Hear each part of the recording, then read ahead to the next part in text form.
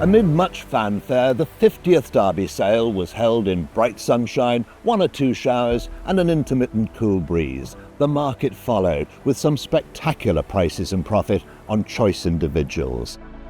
6 figures was reached on 25 occasions, plus at 350,000, a record for a store at any sale this year.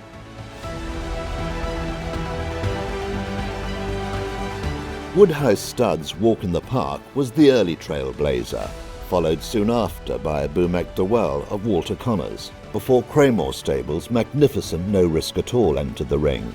This rich chestnut fellow was an eye-catcher, and sharing the same sire as Allaho, it was always likely Harold Kirk and Willie Mullins would get involved. 175,000 when the hammer came down. We thought he was a beautiful specimen. He walked, he did everything right.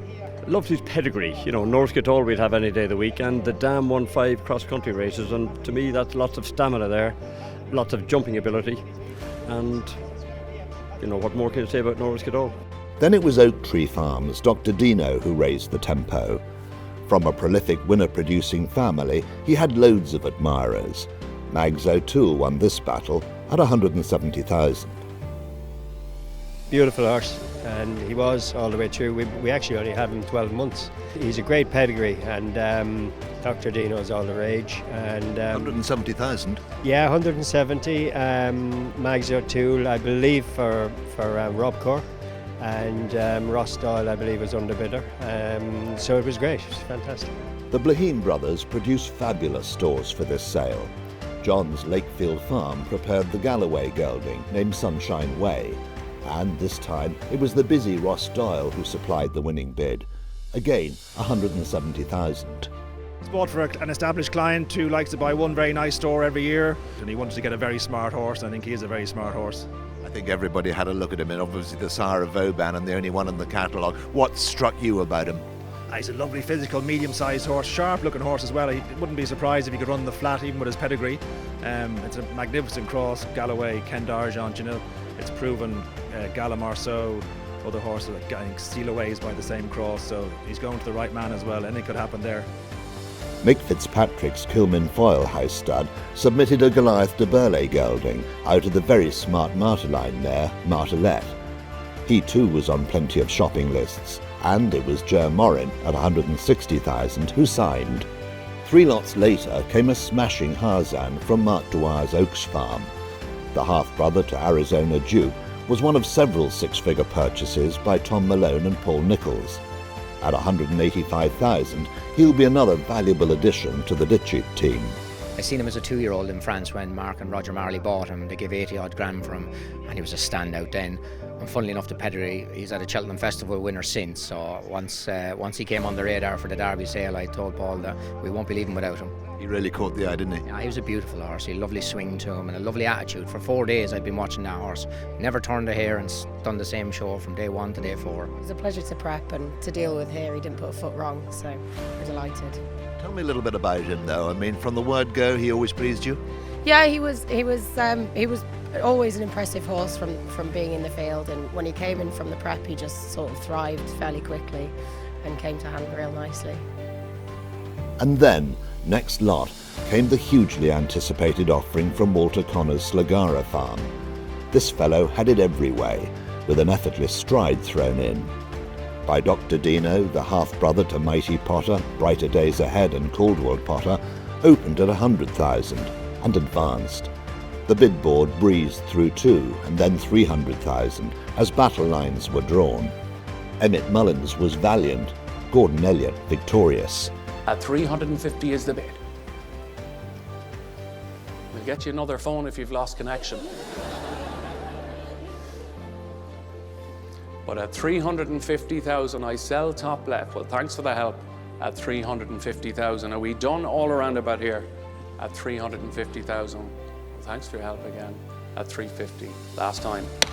Gordon Elliott, thank you very much indeed, and the very, very best of luck with him. I hope he's lucky for you. Obviously delighted to have him. We train most of the family, and they've all been very lucky with me. So, delighted to have him. But, I mean, what siblings? You know them so well. How alike is he to the likes of Mighty Potter?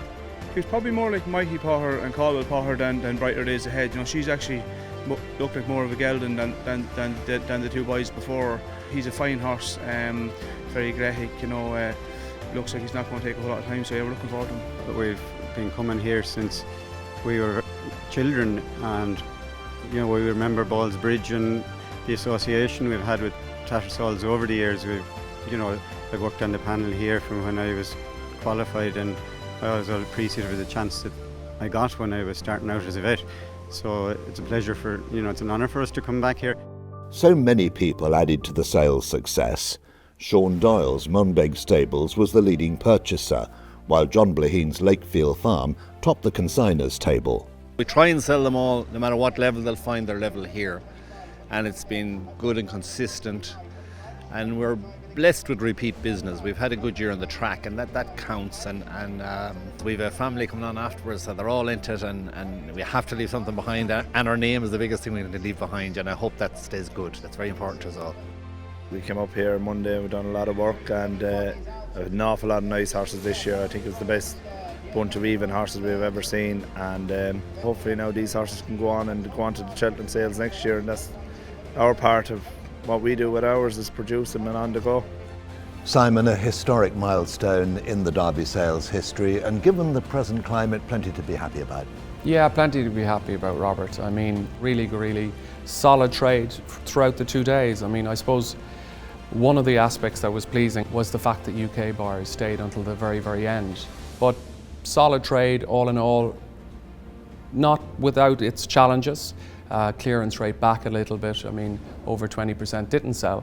25 horses making six figures has got to be good. It has to be really good, and it is really good. And of course, record top price of €350,000. Again, a record top price. So we're absolutely thrilled. Thrilled for the vendors, particularly Sligarra Farm, Walter Connors. I had the privilege of going down to see those horses in February, and they were very special, and he was a gorgeous horse. Yeah, it must have been lovely to sell. It was lovely to sell. I mean, look, as I said the other night, sometimes us auctioneers, people that get up in the rostrum, we get the privilege of selling these horses, and I know a cynic has once called us a glorified bingo caller, but a huge privilege to sell a horse like that, and to get the record again, immensely satisfying. I mean, it really was. A lot of people stepped up, so many of your clients are so loyal, and it was lovely to see, obviously, Paul Nicholls bought a lot of horses, and all the people you expected were here. Yeah, everyone that you would want was here, and good competition for the better horses. The point-to-point guys always strong and have been the last 10-15 years. I mean, they got stuck in and bought plenty of horses as well. The Blaheens all got on well. John brought 10 horses and goes home with an empty horse box. Hugely happy, leading consigner. Yeah, leading consigner, and I mean, great supporters, very professional, like they all are now, all the vendors are. But I mean, the Blaheens do things extremely well, and they have to be commended. I mean, their horses are always look immaculate. They have them turned out to the absolute nth degree. So, I'd like to thank them also. I mean, they're great supporters. Everybody so appreciated the effort put in by Tattersall's, I know. Yeah, no, and we're thrilled, and certainly the feedback has been very positive this week. I think the vendors now they're a very professional bunch, and they know what the market is like. It's not a runaway as it has been in previous years, but they went away very satisfied. And Simon, Tesla are down 35%. Luxury goods are suffering, and we have to say that horses are always luxury.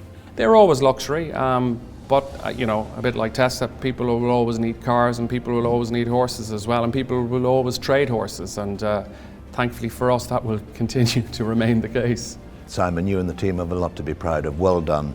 Thank you, Robert.